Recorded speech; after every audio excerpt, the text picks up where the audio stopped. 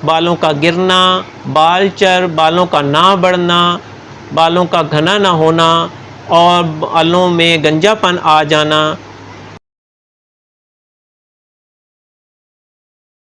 मेरे प्यारे भाइयों, मेरा आज का नुस्खा बालों के मुतल्लिक है। काफ़ी लोगों ने मुझे कमेंट्स किया कि हकीम साहब कोई बालों के लिए नुस्खा बताएं जिससे बाल हमारे लंबे हो जाएं, घने हो जाएं। मेरी माँओं बहनों ने काफ़ी मुझे मैसेज किए हैं, तो उनके लिए मेरा ये नुस्खा है जो बालों के तमाम नकाइस के लिए है। बालों का गिरना, बालचर, बालों का ना बढ़ना, बालों का घना ना होना और बालों में गंजापन आ जाना।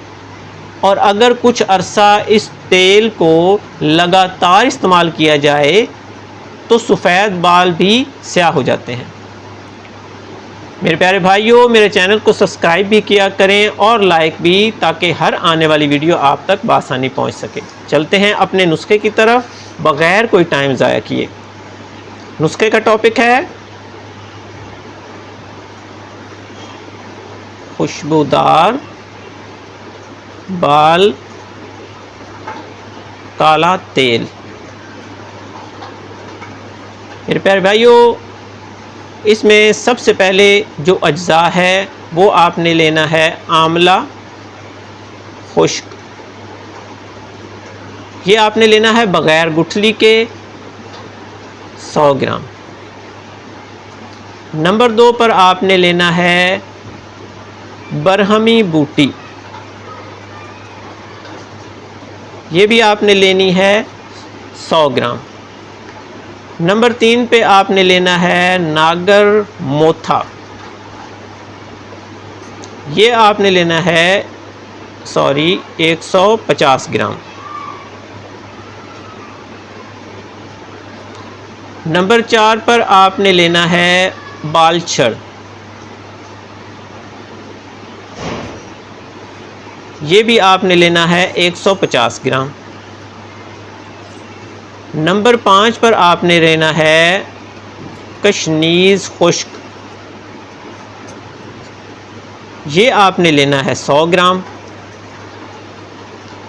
नंबर 6 पे आपने लेना है बुर्ग हिना।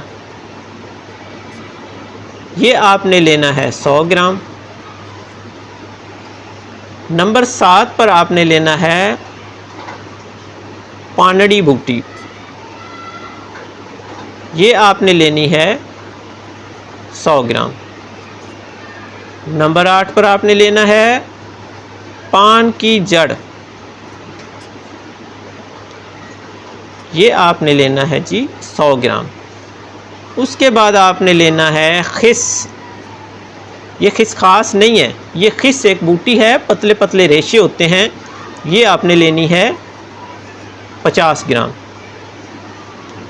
नंबर 10 पर आपने लेना है भंगरा स्याह। ये आपने 100 ग्राम लेना है। नंबर 11 पर आपने लेना है बरादा संदल सफ़ेद। ये भी आपने 100 ग्राम लेना है। ये मेरे भाइयों इस नुस्खे के अज्जा हैं। ये जो तेल बनना है उसके ये अज्जा हैं। अब इसके बनाने का तरीका,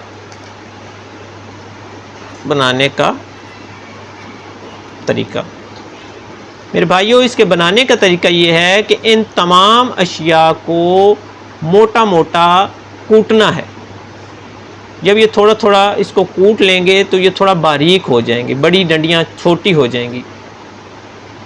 जब ये बारीक हो जाएं, तमाम अशिया को 5 किलो पानी, एक बड़े देशके में 5 किलो पानी लेकर इन बूटियों को इसमें भिगो देना है। ये सारी बूटियाँ एक रात दिन वैसे ही इस पानी में पड़ी रहने देनी है। दूसरे दिन इस पानी को चूल्हे पर चढ़ा देना है। जब ये 5 किलो पानी आधा रह जाए, 2.5 किलो रह जाए, तो इसमें आपने तिली का तेल, कौन सा तेल? तिली का तेल, तिली का तेल साफ़शुदा तेल होता है। ये आपने 2 किलो तेल, जब ये सारी चीज़ें पानी में भिगोकर आग पर रखेंगे तो ये सारी जब अच्छी तरह पानी में पक जाएंगी, पानी 2.5 किलो रह जाएगा, तो इन सारी चीज़ों को आपने छान लेना है।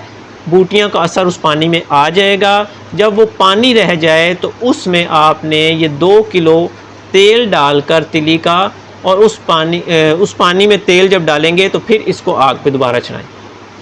अब आग थोड़ी आपने धीमी रखनी है क्योंकि ये उबाल खाकर तेल बाहर भी आ जाता है।